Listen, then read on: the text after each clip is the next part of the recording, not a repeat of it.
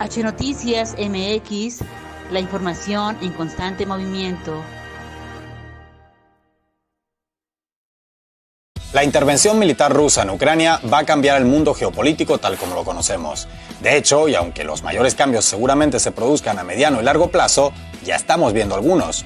Y no son ni pocos ni pequeños. Entre ellos, el nada disimulado intento de Estados Unidos y Unión Europea por buscar paliar el efecto rebote que tienen sus sanciones a Rusia en la economía global, recurriendo nada más y nada menos que a Irán y Venezuela, dos de las naciones más sancionadas por Occidente en años recientes. En estos días, en plena guerra, asistimos a noticias casi imposibles de concebir hasta hace tan solo un par de semanas. Y analizar todo esto, como siempre, no justifica nada, pero explica mucho. Por un lado, después de casi 4 años en el congelador, de repente, a Bruselas y a Washington les entró el apuro por revivir el acuerdo nuclear con Irán, desechado por Trump e ignorado por Biden hasta ahora. El canciller alemán, ya con la guerra en Ucrania en marcha, dijo que la resurrección de ese pacto no podía posponerse más. Y para que se hagan una idea de lo en serio que iba, lo dijo en Israel, ni más ni menos. Por el otro, una comitiva oficial del gobierno estadounidense fue hasta Caracas, pero no a reunirse con Guaidó, no, sino con Maduro. El presidente venezolano lo confirmó en una transmisión especial que generó todo tipo de reacciones y comentarios. Ha llegado una delegación. Tuvimos una reunión, yo podría calificarla de respetuosa, cordial, muy diplomática. Ahí estaban las banderas de Estados Unidos y de Venezuela y se veían bonitas, las dos banderas, unidas como deben estar, la bandera de Estados Unidos y de Venezuela. En momentos en los que pareciera que el mundo se está volviendo definitivamente loco, resulta algo tentador creer que en efecto es así. Sin embargo, muchas de las nuevas realidades que surgen son perfectamente explicables, hasta lógicas, y no siempre son lo que parecen. La situación es como sigue. Estados Unidos y la Unión Europea quieren sancionar todo lo posible a Rusia tras su intervención militar en Ucrania. Esto no es algo nuevo. Rusia ya era el segundo país más sancionado del mundo desde antes del 22 de febrero, la fecha en la que Putin anunció el reconocimiento de las repúblicas populares del Donbass. Entonces ya tenía más sanciones en su contra que Siria, más que Norcorea, 4 veces más que Venezuela y unas 13 veces más que Cuba. Solo Irán estaba por delante de Rusia en este ranking mundial de sancionados. Pero desde que Rusia inició su ofensiva en Ucrania, las sanciones se dispararon y hoy Moscú ya ocupa el primer lugar y prácticamente dobla a Teherán en número de sanciones vigentes en su contra. Sin embargo, los efectos a nivel mundial de sancionar a una nación con el peso global que tiene Rusia en materia energética y de materias primas es otro nivel, tal como explicamos en nuestro anterior video. Porque es un poco como ir en un bote salvavidas por el océano, junto a otras personas, pelearte con alguien a bordo y creer que por hacer un agujero debajo de su asiento, él se hundirá solo sin arrastrarte a ti y a los demás al fondo del océano.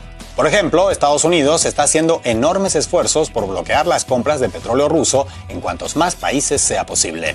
Pero siendo Rusia el principal exportador mundial de crudo, estrangular el chorro ruso traería como consecuencia inevitable que los precios de hidrocarburos y derivados se disparen hasta casi salirse de control, como de hecho ya está ocurriendo. En estos días, usuarios de Internet repararon en que los precios actuales de la gasolina en algunas ciudades de Estados Unidos ya son más altos que los que aparecían en la peli apocalíptica Yo Soy Leyenda con Will Smith. Es decir, la energía es más cara hoy en el mundo real que en una película distópica de ciencia ficción donde seres mutantes dominan el planeta. Y, con perdón del lugar común, es en esta realidad que supera la ficción que entran a jugar un papel Venezuela e Irán. ¿Cómo? Ambos países tienen limitada su capacidad de exportar petróleo o derivados debido a las sanciones que Washington o Bruselas, en mayor o menor medida y en ocasiones juntos y en otras por separado, han venido imponiendo sobre ellos en los últimos años. En el caso de Venezuela, la justificación para estas medidas se fundamentó inicialmente en la declaración del país como amenaza inusual y extraordinaria por parte de la Casa Blanca en 2015 y posteriormente en la supuesta legitimidad de un diputado para ocupar la presidencia porque la Unión Europea y Estados Unidos no reconocieron las elecciones presidenciales venezolanas celebradas en 2018. En el caso iraní, todo comenzó en ese mismo año, con la salida de Estados Unidos del acuerdo nuclear acordado entre Irán, los 5 integrantes del Consejo de Seguridad Permanente de la ONU y la Unión Europea. Mediante aquel pacto, firmado en 2015, Irán se comprometía a limitar su programa nuclear a cambio de que se levantaran sanciones en su contra por haberlo llevado adelante sin supervisión internacional. Y cumplió, según los informes del Organismo Internacional de Energía Atómica. Pero el entonces presidente Donald Trump anunció que Estados Unidos se retiraba del acuerdo, lo que permitió a Washington inundar a Teherán con nuevas sanciones. La llegada de Joe Biden a la Casa Blanca no cambió drásticamente el panorama. Con el argumento de que Irán dejó de cumplir sus compromisos plasmados en el pacto que el propio Washington había arrojado por el desagüe, las trabas para la exportación de hidrocarburos contra la nación persa prosiguieron. Pero ahora pareciera que por arte de magia, la magia de las sanciones a Rusia, claro está, de repente Maduro pasó a ser el presidente legítimo a ojos de Washington y de un creciente número de grandes medios. E Irán ya no es tan patrocinador del terrorismo internacional con aviesas aspiraciones atómicas como lo era hasta hace un par de semanas. Aunque Estados Unidos no importa petróleo ruso en grandes cantidades, no puede permitirse que los precios se disparen en el mercado global más de lo que ya están haciendo.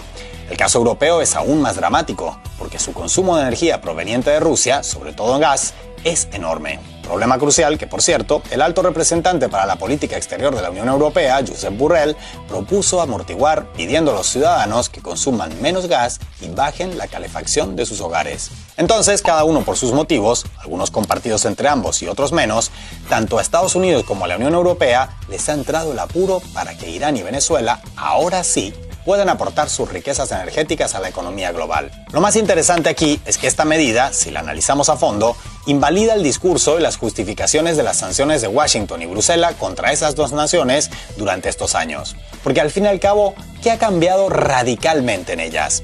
¿Acaso el gobierno de Maduro salió diciendo, disculpen, la verdad es que Guaidó es legitimísimo, mala mía por usurpar el poder, que durante años fue la solución que proponían Estados Unidos y Unión Europea para levantar el cerco financiero y diplomático que mantienen contra el país caribeño? No. ¿Acaso Irán no enriqueció uranio más allá de lo que permitía el pacto nuclear durante este tiempo, en vista de que Estados Unidos se retiró del mismo y la Unión Europea se encogía de hombros mientras decidía qué hacer? ¿Teherán renunció a su modelo de Estado, excusa perenne de Washington para sancionar al país casi sin pausa desde 1979? No. Es decir, si quienes acceden ahora a levantar unas sanciones cuyas razones justificaban en determinadas situaciones, sin que esas determinadas situaciones hayan cambiado radicalmente, es que las razones verdaderas eran otras. Así de enrevesado en palabras, pero así de simple en la realidad. Por supuesto, ante esta aparente reconfiguración geopolítica, algunos ven o quisieran ver una especie de reconciliación entre enemigos acérrimos para formar un nuevo eje. Cuando mucho más lógico es pensar que tanto Irán como Venezuela solo buscan reponerse de lo que años de bloqueos y medidas coercitivas ha causado a sus economías y a sus habitantes. Resulta muy difícil creerse que en Caracas y Teherán no tengan perfectamente claro que el posible levantamiento gradual de medidas en su contra no es ninguna deferencia a Washington y Bruselas hacia ellos, y que no bien consideren ventajoso coserlos nuevamente a sanciones, volverán a hacerlo. Porque si algo queda claro en todo este panorama trágico y confuso que vivimos en estos días, es que los países que más recurren a las sanciones como herramienta de presión solo las levantan si lo necesitan para poder sancionar a otros.